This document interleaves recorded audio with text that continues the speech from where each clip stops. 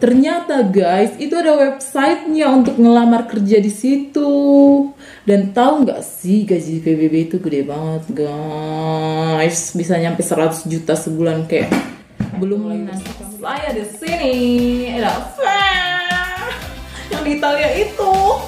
Oke guys, hari ini pembahasannya serius, jadi aku pasang muka serius dulu ya.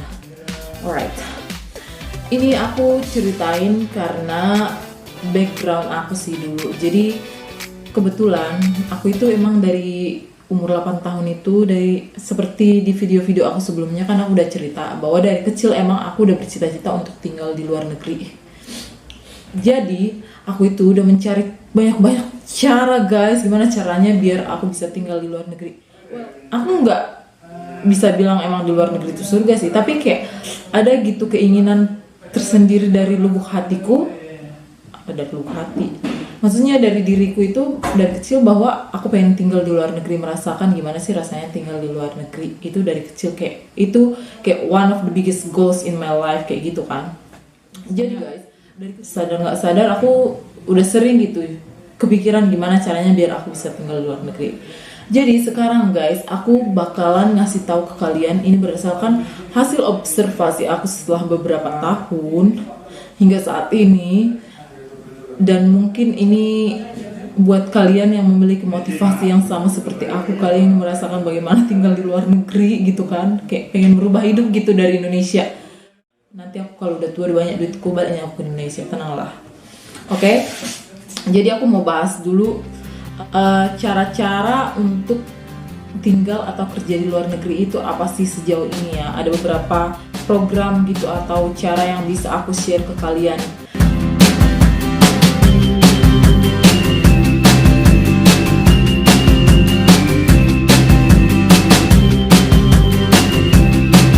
Jadi yang pertama itu mungkin professional job. Jadi kayak professional job itu lu kerja di kantor atau perusahaan. Somehow ini kayak most difficult sih, kayak banyak kayaknya yang kerja di luar negeri itu kayak beruntung lah menurut gue ya. Kalau lu bisa dengan sebagai lulusan Indonesia, lu bisa kerja di luar negeri itu dengan ijazahmu itu kamu termasuk hebat menurut aku ya. Dan itu bisa kita cari sih lokernya di banyak job website gitu kan, kayak di Jobstreet ada kan yang buat Malaysia terus Singapura gitu. Itu dulu aku coba juga guys, tapi nggak ada yang manggil aku sesedih itu. Terus yang kedua itu bisa cari di LinkedIn. Nah di LinkedIn ini aku sering lihat, apalagi kalau dunia perminyakan guys, di bagian-bagian oil and gas gitu, itu di Dubai, di Arab gitu, banyak gitu yang nawarin loker gitu. Atau kalau enggak di bagian perhotelan juga banyak gitu. Itu carilah di LinkedIn, banyak kok kayak job headhunter gitu kan. Bisa juga cari di Glassdoor atau Indeed atau etc. Oke? Yang kedua itu adalah skill jobs. Nah, skill jobs ini biasanya kayak dia ini yang bagian-bagian emang dibutuhin gitu. Kalau lo punya keahlian yang bisa lu jual gitu ya. Dan aku perhatiin beberapa orang banyak sih melakukan ini, kayak misalnya kamu adalah bisa jadi chef gitu.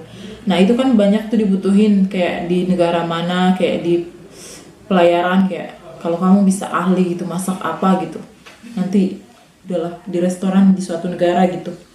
Yang kedua itu pelayaran. Nah pelayaran ini aku nggak bisa bilang ini tinggal di luar negeri, tapi seenggaknya dengan berlayar lu bisa lihat banyak negara gitu kan guys, karena cita-cita kita kan melihat negara lain guys. Yang ketiga itu skill jobsnya itu adalah perhotelan. Nah perhotelan ini aku pernah lihat ada orang Indonesia, dia kerja di Dubai, tapi dia itu kerjanya karena link, jadi kayak temennya itu ngajakin dia kerja ke sana gitu, karena mungkin dia bagus kali ya skillnya. Kayak kalau perhotelan itu kan rata-rata kalau dia misalnya for example Novotel. Nah Novotel itu kan ada di banyak cabang, atau misalnya apalah gitu nama-nama hotel gitu yang besar-besar kan, mungkin mereka ngelihat skill lu bagus, ya udah lu ditawarin kerja di tempat mereka. Atau bisa dibilang kayak nurse, kayak contohnya Jepang itu kan membutuhkan perawat dari Indonesia gitu, sering gitu kan ada loker gitu ya. Nah itu bagus lah, kalau perawat itu biasanya banyak dicari apalagi buat ke negara Jepang ya. Yang ketiga itu ada BNPTKI, BNP 2 TKI. Banyak sih. Jadi aku kirain dulu kan BNP 2 TKI itu cuma jadi pembantu gitu ya. Ternyata nggak banyak. Jadi ada juga yang buat ke Jepang gitu, buat kerja di pabrik di sana atau kerja di jadi nurse ya, jadi nurse kayak tadi, entah kerja di restoran di sana, nggak ngerti lah, banyak kayaknya. Pokoknya lu buka aja website BNP 2 TKI, nanti aku taruh linknya ya. Yang keempat ini orang jarang tahu ya, tapi lu harus tahu guys. Jadi kalau di sekarang itu ada namanya working holiday visa. Nah, working holiday visa ini adalah visa berlibur sambil bekerja. Kayak biasanya dikhususkan untuk backpacker gitu kayak. Tapi kamu juga dibolehin kerja, cuma kerjanya itu biasanya kayak sole job gitu, kayak kerja di restoran, terus kamu sambil jadi picking fruit gitu di Australia kayak gitu kan. Nah, program ini dikhususkan buat anak muda yang berumur kayak lebih dari 30 sampai 35 lah, kayak maksimal umurnya segitu. Nah, ada banyak negara yang mengadakannya, kayak misalnya Kanada, terus Jepang, New Zealand, ada beberapa, nggak banyak sih, ada beberapa lah aku bilang. Dan mereka itu biasanya kayak ada perjanjian gitu, jadi tergantung perjanjiannya. Kebetulan kalau buat Indonesia itu perjanjian antar pemerintah kita itu masih ada working holiday itu cuma dengan Australia. Maksudnya nggak tahu ya next time itu bakalan ada sama New Zealand apa enggak. Tapi New Zealand itu menurut aku bagus juga sih. Jadi itu kayak nanti kamu bisa kerja di sana, udah lu menghasilkan duit lah di sana sambil jalan-jalan gitu kan. Biasanya itu programnya itu 1 tahun dulu, baru nanti kamu diperpanjang jadi 2 tahun bisa gitu, bisa diperpanjang. Nah, tapi syaratnya itu kalau working holiday itu lu harus bisa IELTS minimal 4 apa 4,5 ya waktu itu. Jadi IELTS general gitu kan, bukan IELTS akademik. Nah, terus kamu harus punya syarat minimal semester 3 kuliah kalau yang ke Australia. Aku bahas yang ke Australia. Terus syaratnya itu yang lainnya itu kamu harus punya minimal duit 5.000 Australian dollar. Itu nanti kamu bikin statement bank gitu, tapi itu bukan rekening koran ya, jadi kayak bikin statement doang. Terus masalahnya itu adalah guys, jadi aku udah coba working holiday ini beberapa tahun, kayak 3 tahun gitu kan, namanya kita pengen keluar negeri gitu kan guys, pengen keluar negeri. Alright, tapi ternyata guys nggak ada guys aku bisa dapat, karena kuotanya itu kemarin itu pas aku itu cuma 1.000. Sementara yang lamar itu bayangkan berapa banyak orang Indonesia yang pengen ke Australia. Jadi kayak kalau kata orang seperti sel telur masuk sperma, salah. Seperti sperma masuk sel telur guys. Kayak lu harus bersaing dengan jutaan-jutaan sperma lain. Habis itu baru kok bisa masuk. Jadi nggak bisa aku mendapatkannya guys. Udahlah, hilang harapanku. Selanjutnya itu ada namanya juga WWOF. Nah, WWOF ini aku baru tahu sih, kayak Worldwide Opportunity Organic Farms, kayak kerja di farm gitu di negara mana gitu, kayak di Swedia apa di mana gitu. Tapi memang kalau di sini itu lo itu nggak dikasih gaji, kayak tempat tinggal doang gitu. Nah, yang selanjutnya adalah au pair. Au pair ini adalah program yang buat apa ya? Jadi asisten di rumah host kamu. Jadi kayak anak kamu jadi anak asuh gitu loh. Jadi nanti kamu bisa bantuin mereka gitu sambil jadi kayak tinggal di rumah mereka. Nanti kamu ngurusin anaknya atau kamu bantu-bantu di rumah gitu. Nah, menurut aku salah satu cara yang paling gampang adalah ini, au pair ini, karena lo nggak harus deposit duit. Kalau kayak working holiday ini kan lo harus butuh duit gitu. Kalau au pair ini kalau yang aku lihat, yang penting kamu match nih. Jadi ada namanya websitenya itu Au Pair World. Nanti aku masukin ya.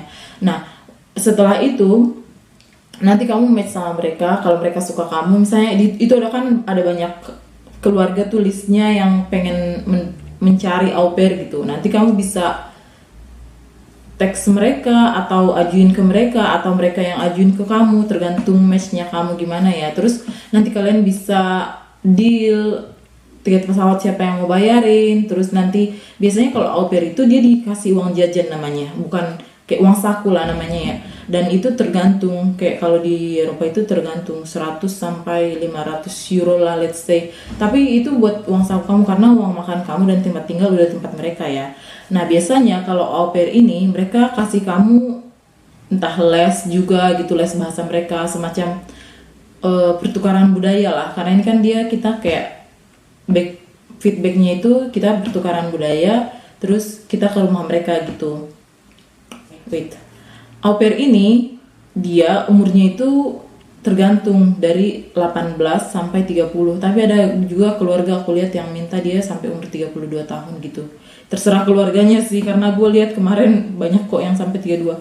Cuma guys, again, karena kebetulan waktu itu kan gaji aku udah lumayan gitu di Jakarta. Jadi aku pikir-pikir lebih banyak aku dapat di Jakarta daripada aku harus au pair. Tapi kalau memang kamu baru pemula gitu dan lo pengen tinggal di luar negeri, it's good thing to do. Gue rekomendasiin semua orang sih, kalau lo mau kerja gitu ke luar negeri nggak apa-apa lah. Gue ya kayak gitu dulu, bantu-bantu dulu nggak apa-apa. Nanti juga bisa sekolah kan di situ kan, karena visanya dari mereka, semuanya dari mereka, lo tinggal terima jadi. Ada lagi yang namanya Ausbildung. Nah, Ausbildung ini program pendidikan kayak, tapi ini buat di Jerman ya. Kalau au pair itu di banyak negara, kayak di mana aja. Ada di Eropa, ada di mana. Nah, kalau Ausbildung ini dia di Jerman. Nah, Ausbildung dia itu program pendidikan keahlian selama 3 tahun sampai 3 tahun ya. Nah, biasanya itu lu sambil magang sambil digaji, kayak lu dikasih uang. Jadi sekolah dulu misalnya sekolah pelatihan keprofesian gitu, misalnya di hotel atau jadi perawat atau jadi apa gitu. Nanti kau dapat gaji sambil kerja, misalnya kan itu kayak sambil kerja sambil kuliah, bukan kuliah sih, sambil pelatihan. Nanti sama yang tempat magangmu itu kamu dikasih duit itu, tapi lo harus, kalau nggak salah lo harus deposit duit gitu kayak 8.000 euro, nggak tahu deh aku beneran apa. Ini yang paling aku pengen kasih tahu ke kalian guys, karena gue juga baru tahu ini tahun kemarin dari mantanku. Jadi UN Jobs itu aku kan dulu sering gitu nanya-nanya, mikir kayak gimana ya caranya orang-orang itu biar bisa kerja di PBB, kayak PBB guys, PBB, organisasi PBB, Perserikatan Bangsa-Bangsa. Nah, ternyata guys, itu ada websitenya untuk ngelamar kerja di situ. Dan tahu nggak sih, gaji PBB itu gede banget guys, bisa nyampe 100 juta sebulan, kayak belum nanti kamu dikasih biaya tunjangan rumah, terus asuransi segala macam, kayak keren sih, keren. Tapi kalau di PBB ini lu harus minimal 2-3 bahasa, kayak lu harus bisa misalnya bahasa Inggris sama bahasa misalnya Spanyol, Prancis, itu bahasa-bahasa yang dibutuhin ya. Bahasa apa ya namanya, bahasa resmi United Nation lah, bahasa resmi PBB. Dan itu websitenya itu namanya UN Jobs, oke? Nanti aku tulis di bawah sini.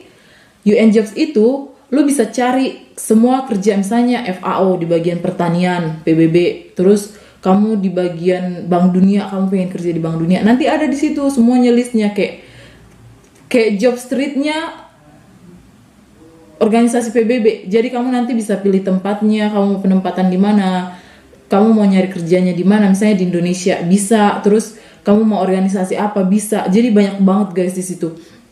Terus kan guys, yang jadi permasalahan, gak masalah sih, tapi requirement-nya itu emang tinggi. Jadi for example kayak aku gini kan, aku itu pengen gitu kerja di sana, karena itu aku pengen S2 juga, kayak lu harus minimal S2 kebanyakan.